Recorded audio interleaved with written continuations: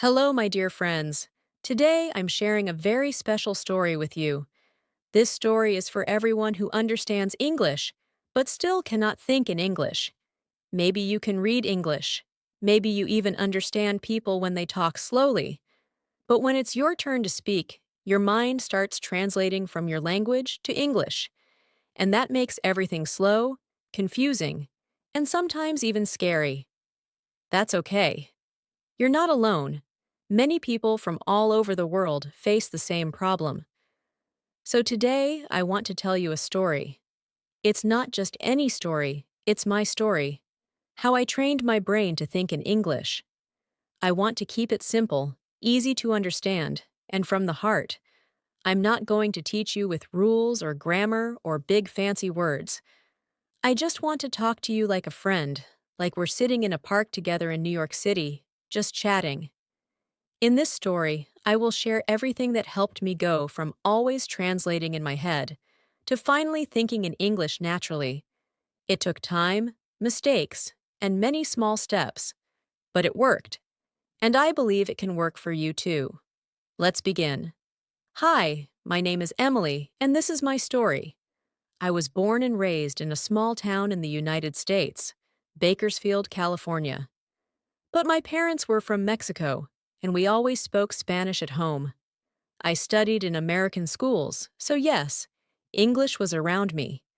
I could read books, I passed my classes, and I understood my teachers. But still, I didn't think in English. I always translated everything in my mind before speaking. That made my speaking slow and sometimes embarrassing. One day, something small changed my life. I was working at a small bookstore in the city. A tourist from France came in and asked, "Do you know where the subway is?" I froze. My brain said, "Donde está el metro?" and then tried to change it to English. But I couldn't answer fast enough. I just pointed and smiled awkwardly. That day, I went home feeling so frustrated. I thought, why can I understand English but still can't talk like an American? That night, I made a decision. I said to myself, Emily, from now on, you will train your brain to think in English. No more translation. But how do you do that? It's not magic, it's practice. It's about changing little habits every single day. And I want to tell you exactly how I did it. Not with big books or difficult grammar, but with my real life. Every morning, I started talking to myself in English. I would wake up, look in the mirror, and say, "Good morning, Emily.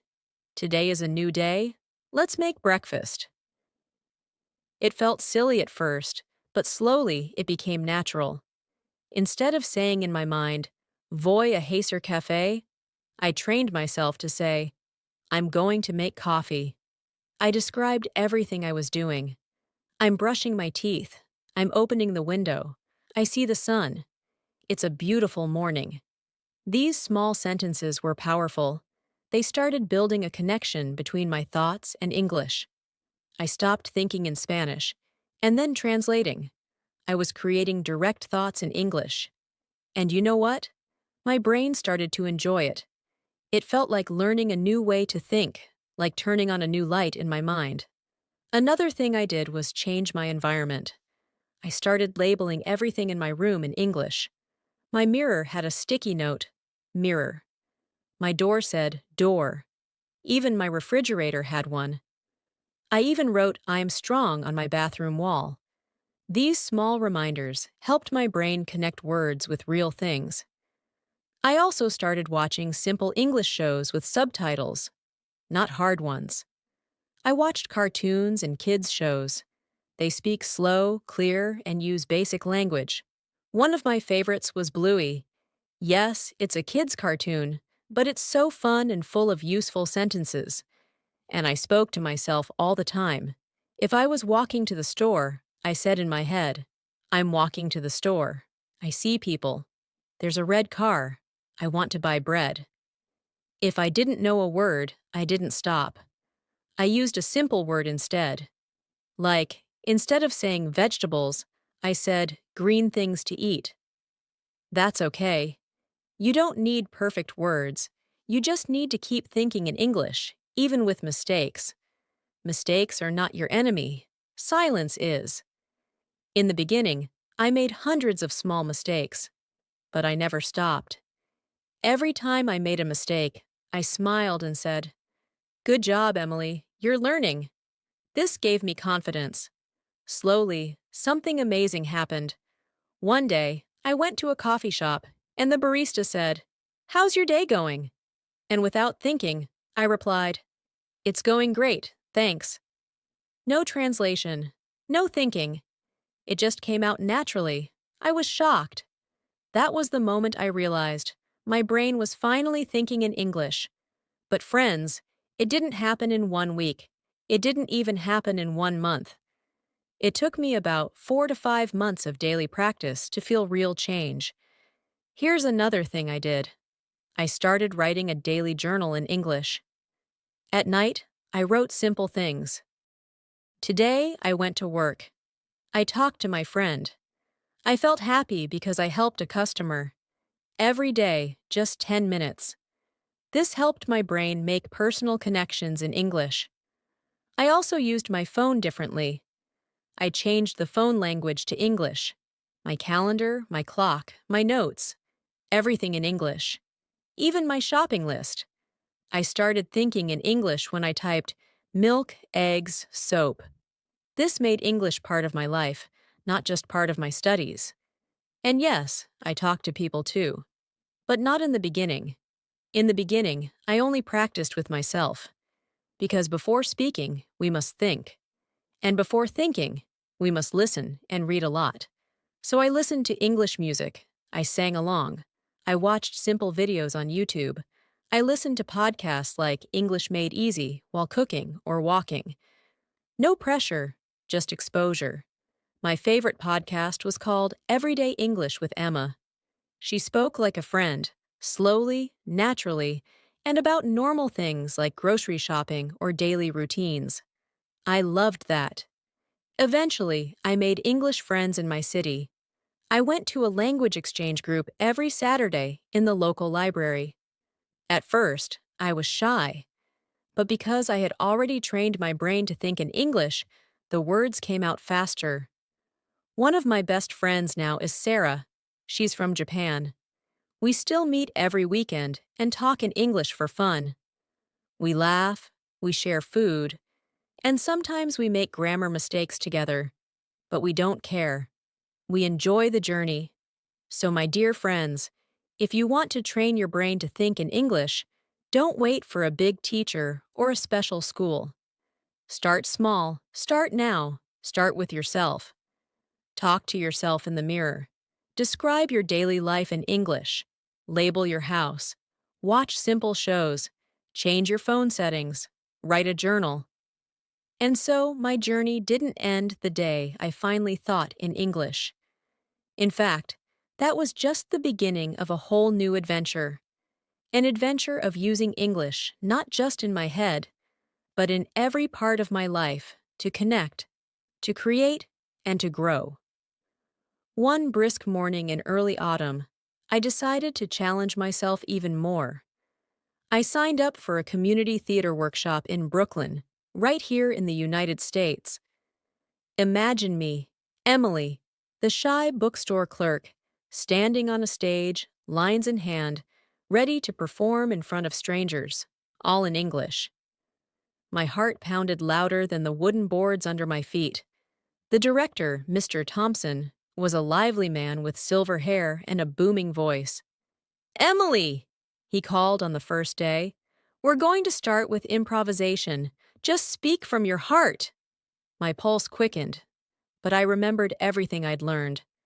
I took a slow breath and pictured myself back in my room, talking to the mirror. "Okay, Emily," I whispered inside. "You can do this." When it was my turn, I stepped forward. A fellow actor handed me an imaginary coffee cup and said, "I'm late for work again." Without hesitation, I held up the cup and replied, "You need to hurry, or the boss will be furious." The words flew out of me, natural and unfiltered. The room burst into applause, and I felt a thrill I had never felt before, the pure joy of speaking.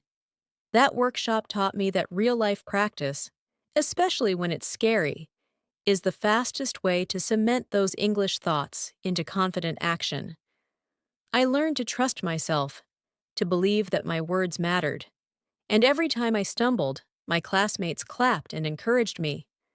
Their kindness reminded me that mistakes are simply proof that you're trying. A few months later, I faced another milestone, my first job interview in English. The position was for a marketing assistant at a small startup in Manhattan. My palms were sweaty as I sat across a sleek glass desk from Ms. Patel, the hiring manager. She smiled warmly and asked, "So, Emily, tell me about a time you handled a challenge at your last job." My mind raced. I could almost feel the old Spanish to English barrier creeping back. But then I paused, closed my eyes for a moment, and remembered my mirror talks. I pictured saying, "Last winter, a big snowstorm shut down our bookstore for days." I organized a team chat over video and set up an online ordering system so our customers could still buy books from home. When I opened my eyes, I spoke clearly, with confidence I didn't know I possessed.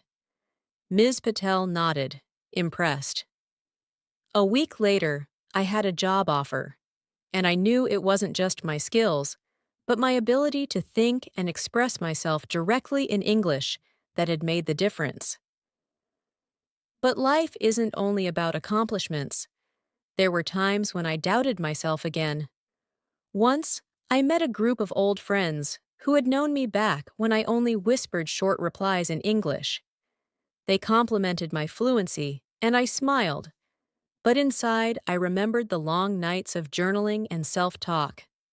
I felt grateful and a little emotional.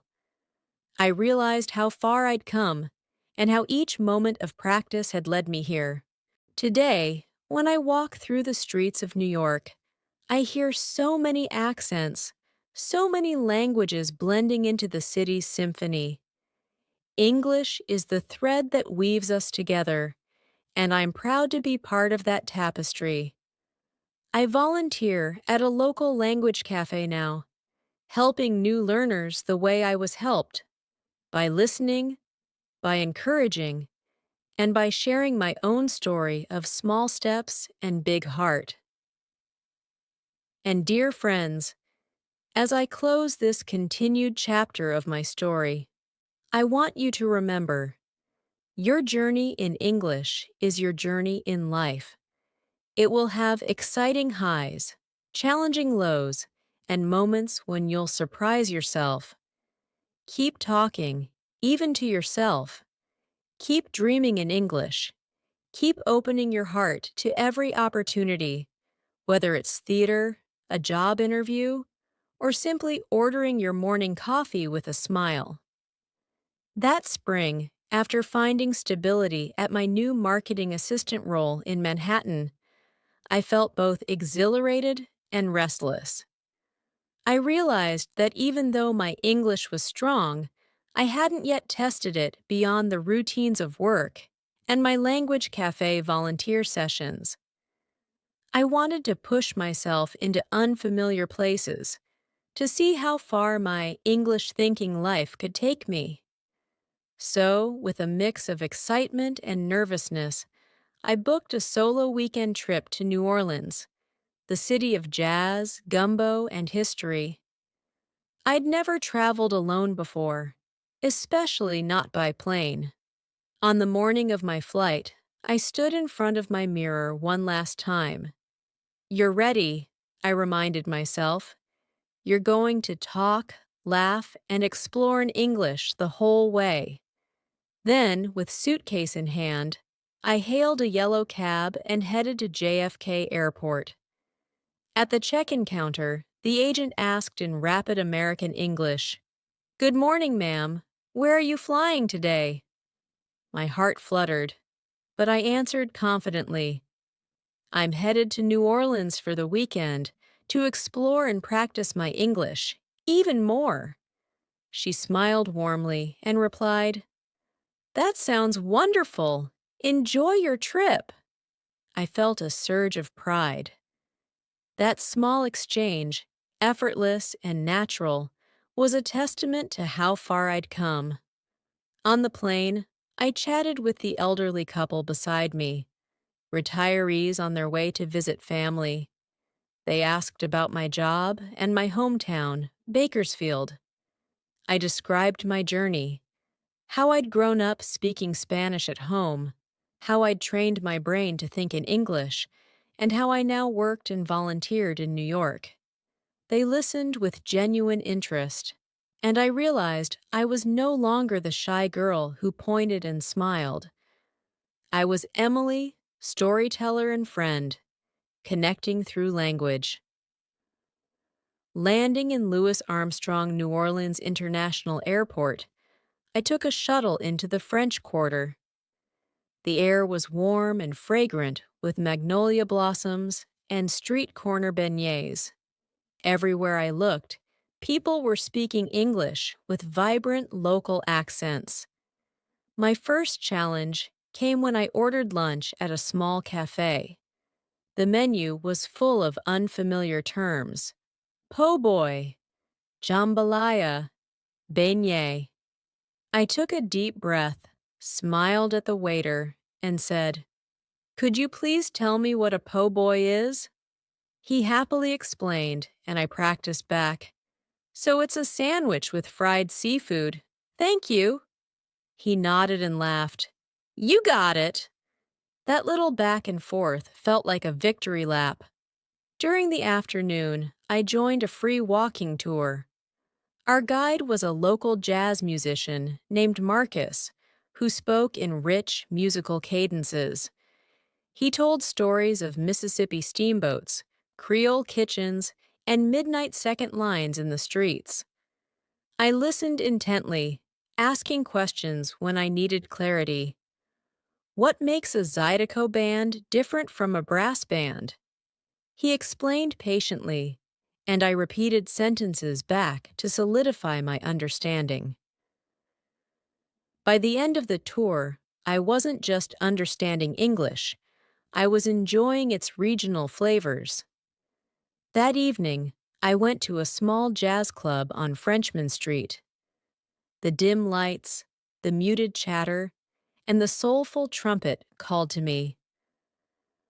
I sat at the bar next to a group of local artists who invited me to join their table. They described their paintings, poems, and pottery, all in lively, idiomatic English. At first, I had to ask them to slow down occasionally. "Could you say that again, please?" But each time, they repeated themselves with patience and warmth. Soon, I found myself using colloquial phrases. "That's so cool," "I dig your work," with genuine enthusiasm. I realized that thinking in English also meant feeling in English, tapping into the expressions, the jokes, the rhythm. The next morning, I rented a bike and cycled through City Park. I spoke out loud the same way I did back in Bakersfield. I'm pedaling past oak trees. I see families playing. The air smells like fresh grass. But here in New Orleans, those simple sentences took on a new magic.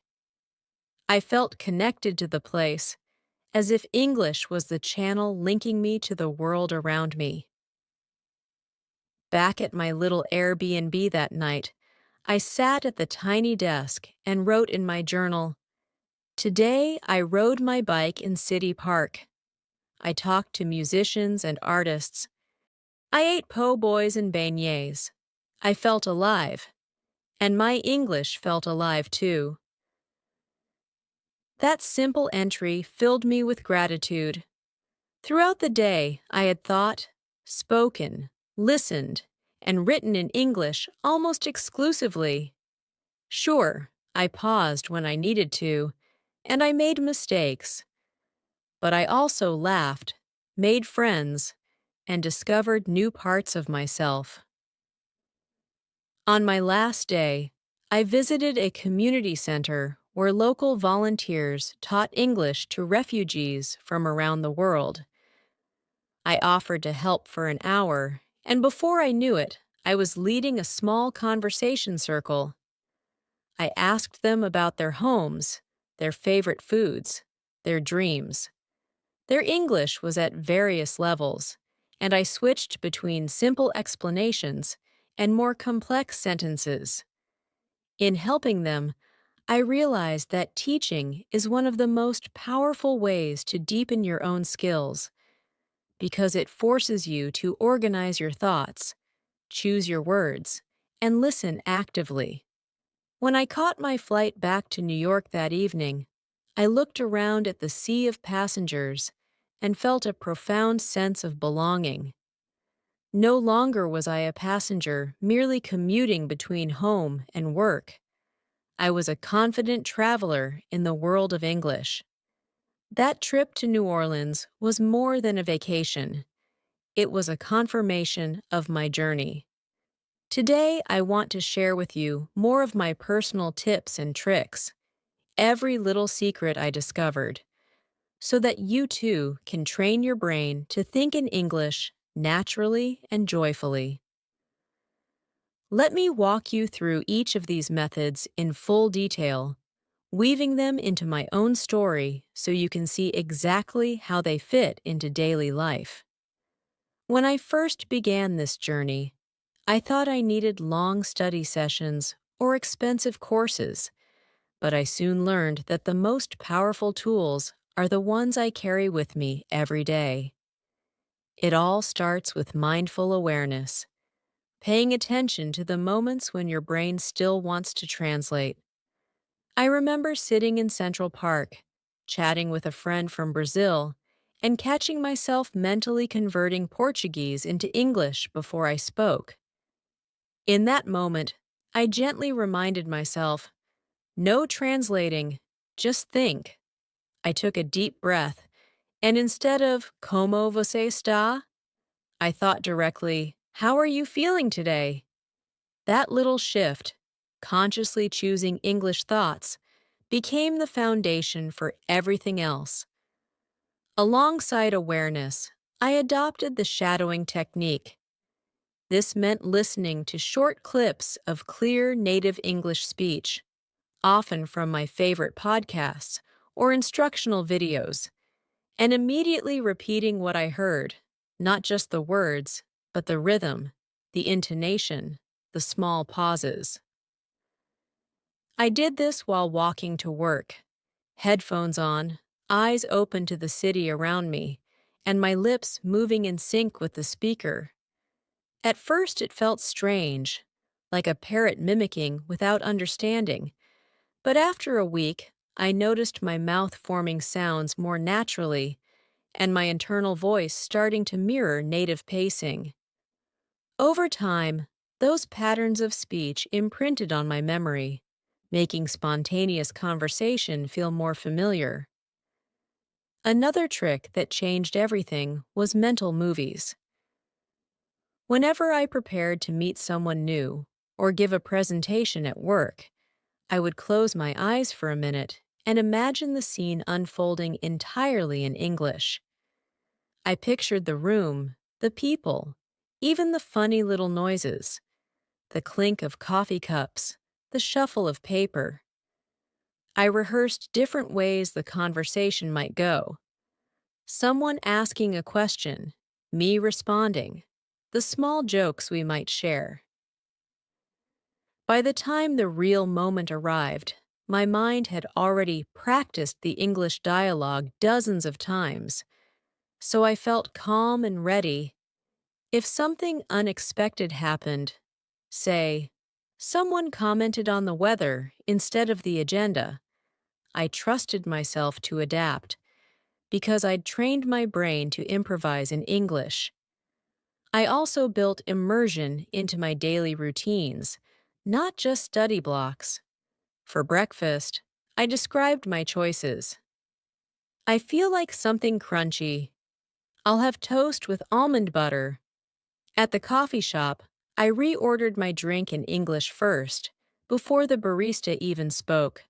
Tall latte with oat milk, please. Even mundane tasks like paying bills or booking a doctor's appointment became English practice. I navigated websites, read confirmation emails, and spoke on the phone, all without slipping back into my native language. It felt awkward initially, but these tiny acts of courage built a bridge between my private thoughts and public expression. One of the most powerful habits I formed was daily journaling, but with a twist. I wrote not just about facts, but about feelings and reflections. Instead of, I worked 7 hours, I wrote, I felt tired this afternoon, but then a kind customer asked for book recommendations, and that made me smile. By using expressive language, I practiced adjectives, metaphors, and emotional vocabulary, areas where learners often struggle. After a month, I could flip through my entries and see my confidence grow. My sentences becoming longer and more colorful, my inner voice sounding more distinctly English. To expand my vocabulary, I turned to contextual flashcards rather than isolated word lists. Whenever I came across a new term, say, commute, delighted, or serene, I wrote it on a small card with a full example sentence.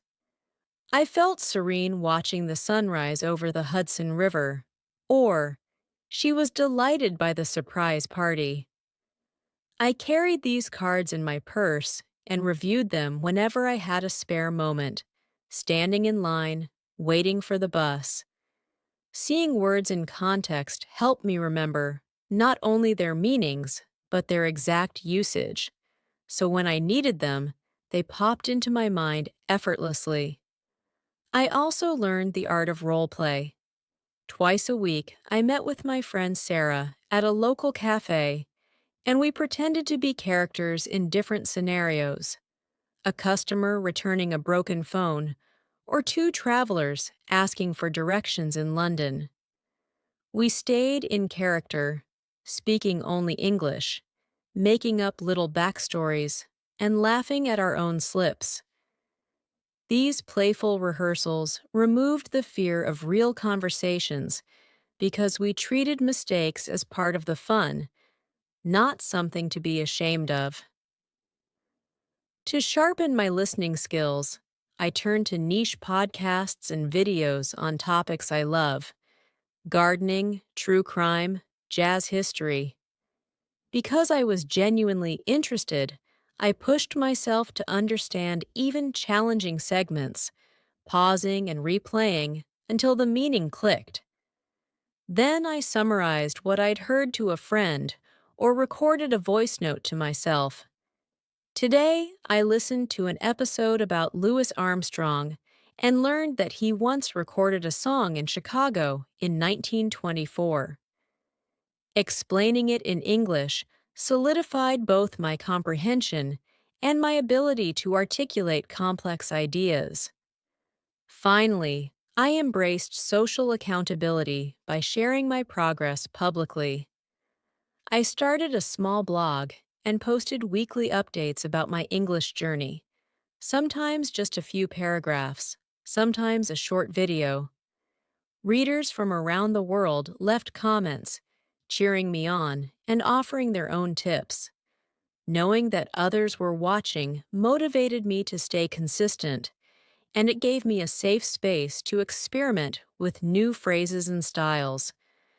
My dear friends, all these tips, the awareness of translation traps, shadowing, mental movies, routine immersion, expressive journaling, contextual flashcards, playful role play, interest-driven listening, and social accountability fit together like pieces of a puzzle.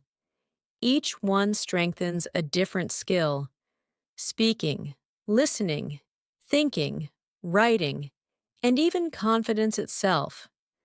There's no magic shortcut, But by weaving these practices into your everyday life, you make English not just a subject to learn, but the very language of your thoughts. And remember, every small step, every whispered sentence to yourself, every repeated podcast phrase, every journal entry brings you closer to the moment when English stops feeling like a foreign code and becomes the natural soundtrack of your mind. Embrace the process, celebrate every success, and keep moving forward. Your brain is ready and your heart is eager. All you need is your own curiosity and determination to make English your second home. Let me share a few more of the little secrets I discovered, those everyday practices and mindset shifts that quietly supercharged my ability to think in English. That first summer in New York, I realized that the more I filled my environment with English, the less I felt the pull of my native language. So I went a step further and created what I called my English corner at home. In one cozy armchair by the window, I placed a small basket of English books, novels, magazines, even children's picture books.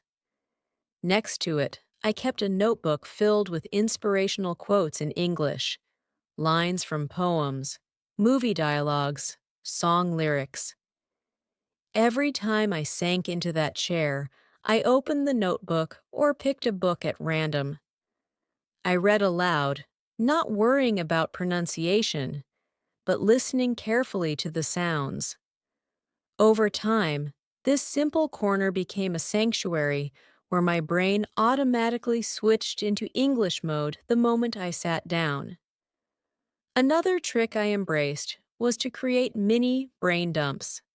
Whenever my mind felt cluttered, juggling work deadlines, grocery lists, and daily tasks, I would pause and write a free-flow paragraph in English.